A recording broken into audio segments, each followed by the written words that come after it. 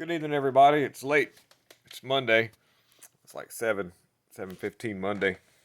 Anyhow, haven't done a video today on account that we just haven't really seen a lot of.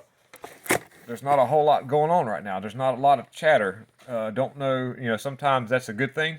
I did do some calling. I did diligently call Karen Fan, Wendy Rogers, Bernovich, everybody. I know on Mark Bernovich's you're not going to get anybody on the phone because of the fact that but I did actually go through. I got somebody on the phone, but I pressed. I believe it was the six. I hit six, and it took me to something about battered and beaten something.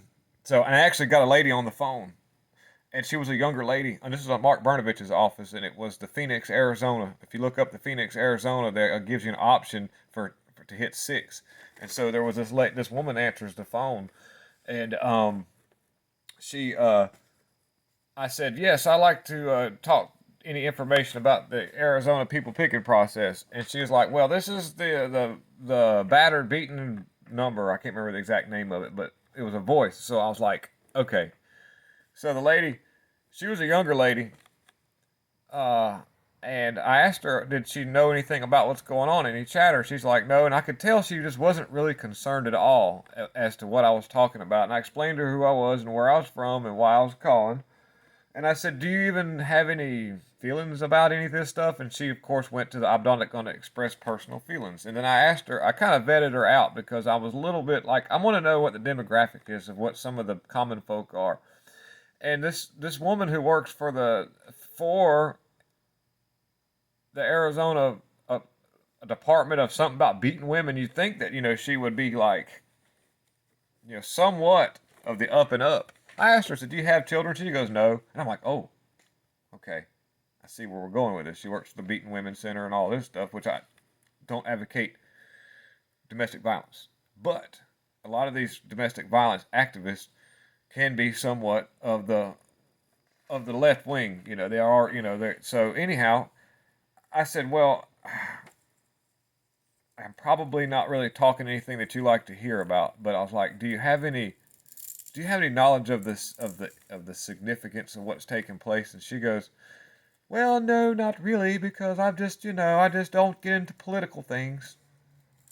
I said, I understand. I said, that's okay. I understand that. So I immediately started to give her, I said, if you got a few minutes, I'm going to give you compare and contrast.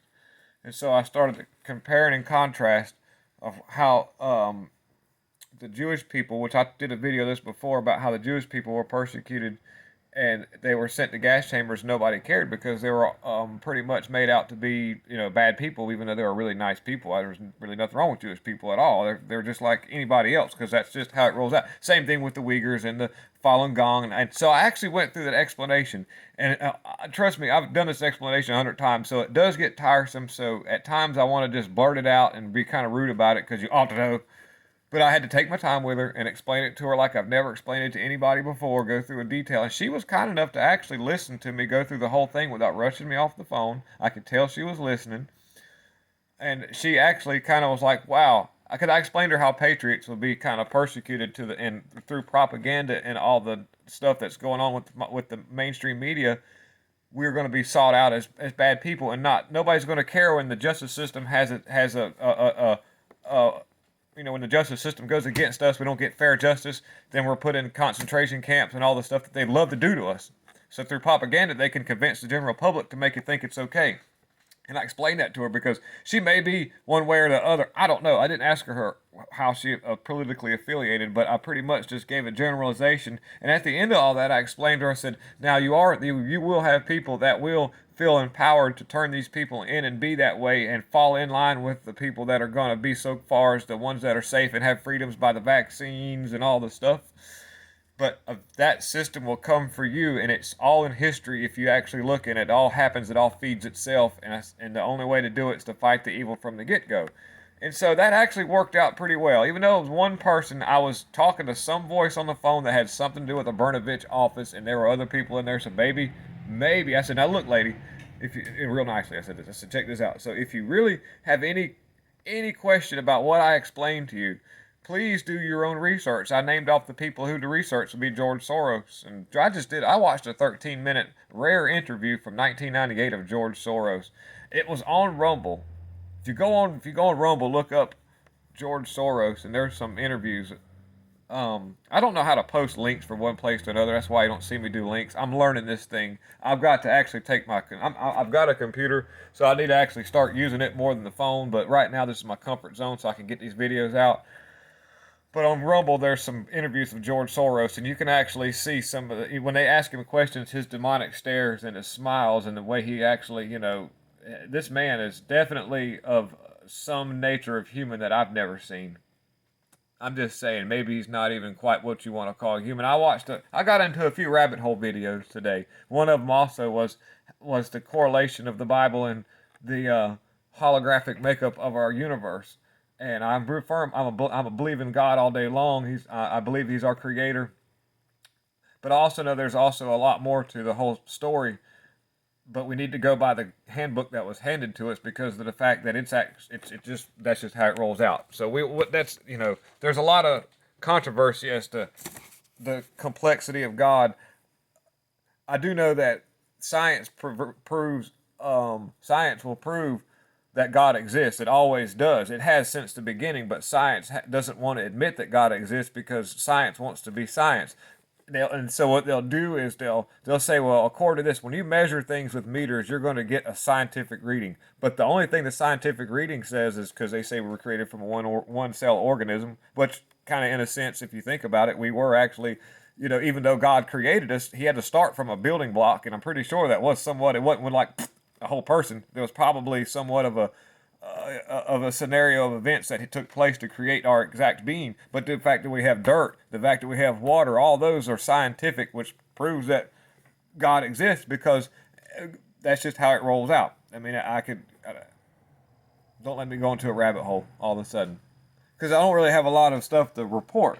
So I'm kind of just, morale is the big key.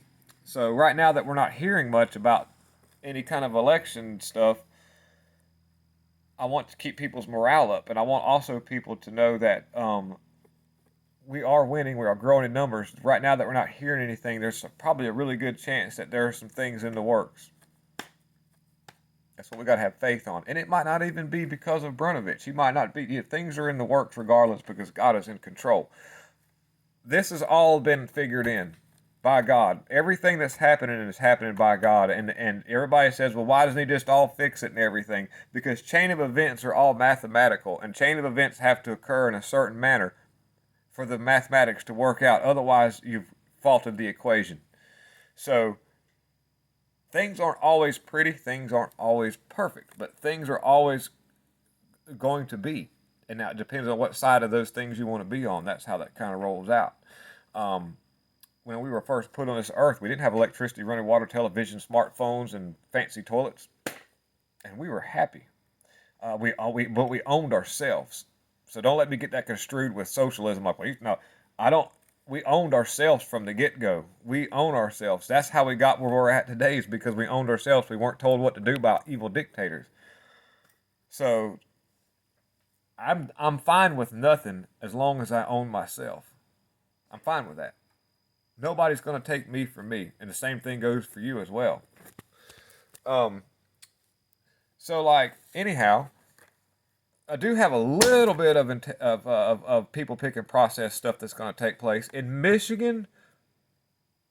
Keep your eye on Robin Voss and what he's up to, because he's doing some seriously awful stuff. We know that Gableman was supposed to have sent out some form of subpoenas, but the subpoenas were not legit. I didn't know that. I went by what was reported. Okay, it didn't show the signatures on the subpoenas that were sent out. But now they're just pictures of the subpoena signatures. He didn't actually sign them. So that's part of the demoralization, is to make people feel stupid and look bad. So that'd be my fault. I don't feel stupid or look bad because I'm only reporting what's coming out.